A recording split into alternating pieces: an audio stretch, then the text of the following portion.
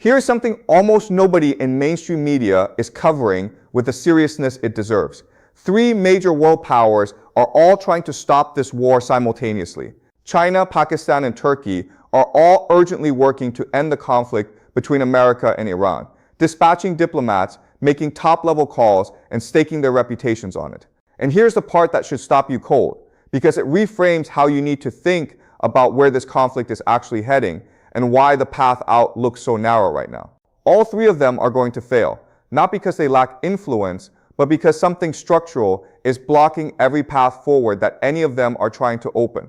Today, March 31st, I want to walk through exactly why each of these three efforts is collapsing and what that collective failure reveals about the deeper logic driving this war. Because this is not just a story about missiles and positioning. This is a story about the hard, uncomfortable limits of what diplomacy can accomplish inside a live, active conflict. There's a pattern that shows up repeatedly in modern wars. Once a conflict reaches a certain intensity, it develops its own gravity, pulling events forward regardless of who wants to stop. At that point, the war stops being something politicians and diplomats fully control. It starts controlling them, pulling decisions in directions nobody originally planned or intended to go. We watched this happen in Ukraine, grinding past every ceasefire attempt for years. And right now, on March 31st, we are watching the same pattern emerge with America and Iran. The three countries attempting mediation are not failing because of poor diplomacy. They are failing because the tools available to them no longer fit the situation they are facing. What makes this striking is how unlikely this combination of mediators actually is. China, Pakistan, and Turkey are not natural diplomatic partners by any stretch of the imagination. Turkey is a full NATO member. Pakistan has deep military and intelligence ties to Washington built over decades. China is locked in its own serious confrontation with the United States. These three countries compete for influence in overlapping regions and disagree on enormous issues. Under normal conditions, they would never be coordinating this closely or this urgently. And yet, here they are, all three pushing toward the same objective at the same time. That convergence is itself one of the most important signals this conflict is currently sending. When nations this different all urgently agree a war must stop, it means the damage being produced is severe enough to override every other disagreement between them completely.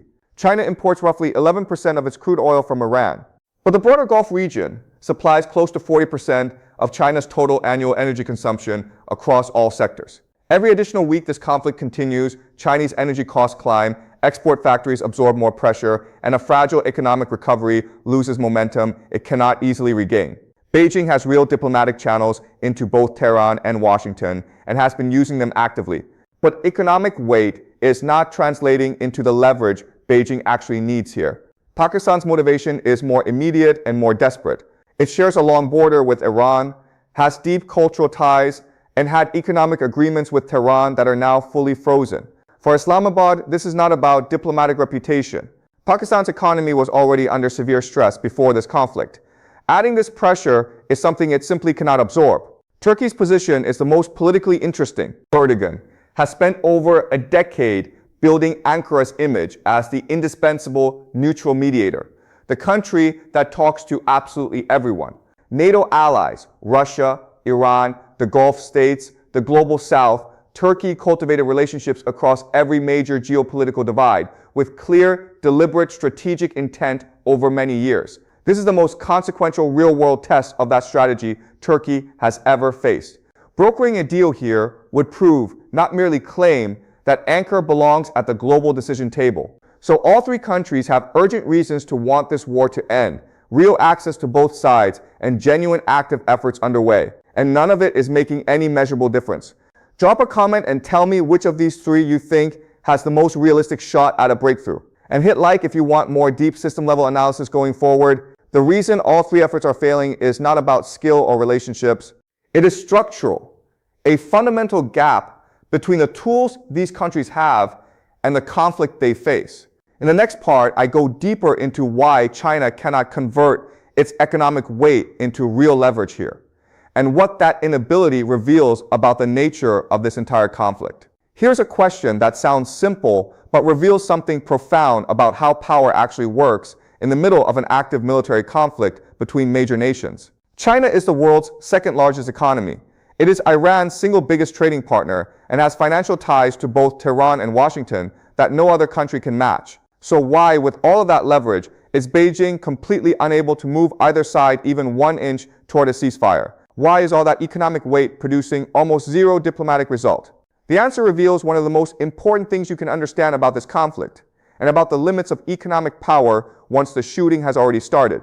Let me start with what China actually brings to this situation, because it is genuinely substantial and worth understanding before we get to why it is failing to produce results. China purchased roughly 18% of all Iranian oil exports over the past several years, according to energy analysts who track Iranian crude flows and export destinations. That makes China not just a trading partner for Iran, but a genuine financial lifeline, one of the very few major economies still buying Iranian oil despite the sanctions framework. At the same time, China holds over $800 billion in U.S. Treasury securities and runs enormous trade with America that touches virtually every sector of both economies. In theory, that combination should give Beijing extraordinary leverage. A country that matters this much to both sides should be able to sit them both down and make them listen. In practice, that is not what is happening. The reason gets to something fundamental about the difference between economic interdependence and actual crisis leverage in a live conflict. Economic relationships produce leverage in peacetime. They create incentives, dependencies, and long-term calculations that shape how countries behave toward each other over years. But once a conflict reaches a certain military intensity, that peacetime calculus gets suspended. Both sides start operating on a completely different set of priorities entirely. When a government believes its core security interests are directly at stake, the cost of trade disruption drops well below the cost of backing down in a public military confrontation. Both Washington and Tehran right now are making decisions based on security logic, not economic logic. And China's leverage is almost entirely built on economic foundations. This is not a new phenomenon. Deep economic ties between European powers failed to prevent World War I, despite the significant trade interdependence in the years immediately before 1914. The pattern repeats across history.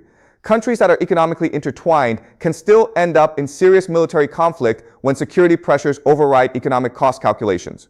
For China specifically, this means its most powerful tools, trade relationships, financial exposure, energy dependency, are precisely the tools that lose their edge in a hot conflict. There is a second structural problem China faces that gets far less attention, but is equally significant in explaining why Beijing's mediation efforts keep stalling without real progress. China is not seen as a neutral party by Washington. American officials across party lines have increasingly framed Beijing as a strategic rival, and that framing matters in a crisis. When Washington looks at a Chinese ceasefire proposal, the first question is not whether it is reasonable on its merits. The first question is what strategic advantage China gains from it. That suspicion may not always be fair, but it is real. And it means every Chinese diplomatic initiative arrives in Washington carrying a credibility deficit that is very difficult to overcome. On the Iranian side, the dynamic is different but produces a similar result. Iran values China as an economic lifeline, precisely because of the Western sanctions imposed around it. But that dependency actually reduces China's leverage over Tehran in a crisis. Iran knows China needs that energy relationship to continue almost as much as Iran needs the revenue from it. If Beijing threatened to cut Iranian oil purchases to pressure Tehran into a ceasefire, it would hurt China's own energy supply and signal limits to every other country relying on Chinese partnership. So China is caught in a structural trap on both sides. It cannot credibly threaten either party with consequences serious enough to change the military calculus driving this conflict forward. What this suggests is something worth sitting with. Having economic weight does not automatically translate into crisis management ability, especially once the logic shifts to security. In the next part, I want to turn to Pakistan, because Pakistan's failure as a mediator reveals a completely different set of problems, and in some ways, an even more uncomfortable truth. Pakistan is in a position that most outside observers genuinely do not appreciate. And once you understand it fully, the pressure Islamabad is under becomes almost impossible to overstate.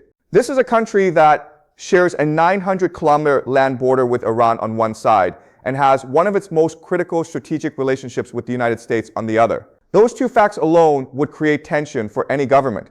But Pakistan's situation goes much deeper than geography, and that depth is what makes its mediation efforts so revealing. Let me give you the piece of this story that most coverage misses entirely, because it reframes everything about why Pakistan is pushing so hard for a ceasefire and why it keeps failing. Pakistan has a population of over 230 million people. A significant portion, estimates range from 15 to 20%, identify as Shia Muslim. That translates to somewhere between 35 and 45 million people watching this conflict with deep personal and religious investment in how it resolves and who comes out ahead. That is not an abstract diplomatic consideration for Islamabad. That is a domestic political reality with direct consequences for stability inside a country already under serious internal stress. At the same time, Pakistan's military and intelligence establishment has maintained a close, complicated, and deeply transactional relationship with Washington for several decades. So Islamabad is genuinely caught, pushed too hard for Iran, and risks damaging the American relationship underpinning its security. Lean toward Washington and face serious domestic pressure. Most governments in that position would quietly step back and wait for the conflict to resolve itself without putting their credibility fully on the line in a public mediation effort. Pakistan is not doing that. It is actively mediating, visibly pushing and accepting the risks that come with placing itself between two parties in an ongoing military confrontation. The reason why tells you something important about how serious the economic consequences of this conflict are for a country already managing a deeply fragile financial situation. Pakistan imports a substantial share of its energy needs. Before this conflict escalated, it had been working toward a pipeline agreement with Iran that would have provided cheaper gas. That project is now suspended indefinitely. Pakistan is absorbing higher energy import costs at exactly the moment its economy had just begun showing some tentative signs of stabilization. The IMF program Pakistan has been navigating requires fiscal discipline that leaves almost no margin for additional external shocks, and a regional war next door is exactly that kind of shock. So when Pakistan's foreign minister makes calls to Tehran and Washington, it is not performing diplomatic theater. The economic pressure behind those calls is direct, measurable, and urgent. But here's where Pakistan's mediation effort hits its own specific structural wall, one that is different from China's problem, but equally difficult to work around in any practical sense. Pakistan's credibility as a neutral mediator is limited by the fact that both sides can read its dependencies and incentives clearly, without needing much analysis to understand the picture. Washington knows Pakistan needs American support, IMF access, and weapon systems flowing through relationship Islamabad cannot afford to damage by appearing too close to Tehran. Tehran knows that Pakistan's demographics and its military's historical alignments create real limits on how far Islamabad will actually go in defending or prioritizing Iranian interests. Neither side sees Pakistan as genuinely neutral. Both see a country using the language of mediation to manage its own survival in a conflict it has no real power to control or shape. That perception, whether entirely fair or not, fundamentally limits how much weight either Washington or Tehran gives to anything Pakistan proposes through its back-channel conversations. There is a deeper pattern worth naming here, because it speaks to something larger about how middle powers get trapped when conflicts break out between major ones around them. The countries most motivated to stop a war between great powers are often the smaller nations caught geographically and economically in the middle, the ones with the most to lose. But those same countries frequently have the least actual leverage to bring either side to the table, precisely because their own vulnerabilities are fully visible to both parties involved. Pakistan is a near-perfect illustration of that dynamic. Maximum motivation, maximum urgency, real diplomatic effort, and a structural leverage deficit that no amount of activity can overcome. Next, I want to turn to Turkey. This Turkey situation is the most interesting of the three, and the gap between Erdogan's ambitions and what Ankara can actually deliver is striking. Of the three countries we have been discussing, Turkey is the one that genuinely had the best shot at making a difference here, and understanding why it is still failing is the most instructive lesson of all. Erdogan has spent over a decade building something no other NATO leader has attempted, a foreign policy identity that operates independently from the alliance he technically belongs to. Turkey bought Russian air defense systems while staying in NATO. It maintained energy ties with Moscow while European partners cut theirs. It talks to everyone and commits fully to no one. That strategy frustrated Western partners for years. But the moment this conflict started and someone needed a credible bridge between the two sides, it suddenly looked like diplomatic genius. Turkey has a functioning embassy in Tehran. It has working relationships across the Gulf. It has back channels into Washington, built over decades of complicated but real alliance management. On paper, Ankara is the ideal mediator for this exact conflict, neutral enough to be heard by both sides, connected enough to carry real proposals, experienced enough to know what a deal takes. Erdogan clearly understands the historic opportunity in front of him. Brokering a genuine ceasefire here would be the single greatest foreign policy achievement of his entire political career. It would cement Turkey's position as an indispensable global actor in a way no election victory, no economic milestone, and no military operation in his tenure ever could accomplish. So Turkey is trying harder than almost anyone realizes. Back channels, shuttle diplomacy, proposed frameworks, quiet guarantees. Ankara has been running an intense operation behind the scenes, and yet the results are the same as China and Pakistan. No framework has gained real traction. The signals from both Washington and Tehran remain consistently and frustratingly discouraging. The structural problem Turkey faces is different from China's credibility deficit and different from Pakistan's leverage trap, but it is equally fundamental and equally difficult to resolve. Washington looks at Turkey and sees a NATO member that has spent years testing alliance limits, buying Russian weapons, and positioning itself as an alternative power center within the West. American officials do not doubt that Erdogan wants a ceasefire. What they question is whether any terms Turkey advocates would reflect genuine neutrality or primarily Turkish strategic interests. Tehran's view of Turkey is more nuanced, but produces a similar result. Iran and Turkey have deep historical competition for regional influence that has never fully resolved across the centuries. A ceasefire brokered by Turkey might stabilize the region in ways that benefit Ankara more than Tehran. So Iran engages carefully, calibrates what it shares, and limits what it will actually commit to. But there is a third problem that may be the most fundamental of all, and it applies to all three mediators simultaneously, not just Turkey alone. A ceasefire requires both sides to believe that stopping now serves their interests better than continuing. Right now, neither Washington nor Tehran has reached that internal calculation. From Washington's perspective, stopping without a clear outcome creates domestic political costs and signals to other actors globally that military pressure does not produce durable results. From Tehran's perspective, agreeing to terms before its deterrence posture is fully established risks being read domestically and regionally as capitulation under direct military pressure. Both sides are still in the phase where the costs of continuing feel lower than the concessions a real ceasefire would demand. Until that balance shifts, no mediator can bridge the gap. What this means is that China, Pakistan, and Turkey are not just failing individually. They are collectively revealing something important about the structure of this conflict and its trajectory. This war will not end because a third party engineers a clever diplomatic solution. It will end when both primary parties independently calculate that continuing costs more than stopping. External mediators can keep channels open and reduce friction when both sides eventually move toward a deal. What they cannot do is manufacture the political will to stop before both sides are ready. China, Pakistan, and Turkey are learning that lesson right now, in real time, in one of the most consequential conflicts of this decade. And the lesson extends well beyond this war. In a world of more active conflicts, more competing powers, and weaker international institutions, the gap between wanting to mediate and actually being able to stop a war keeps growing wider. Understanding that gap clearly, without illusions about what diplomacy can and cannot deliver, is one of the most important things you can take away from watching how this conflict unfolds.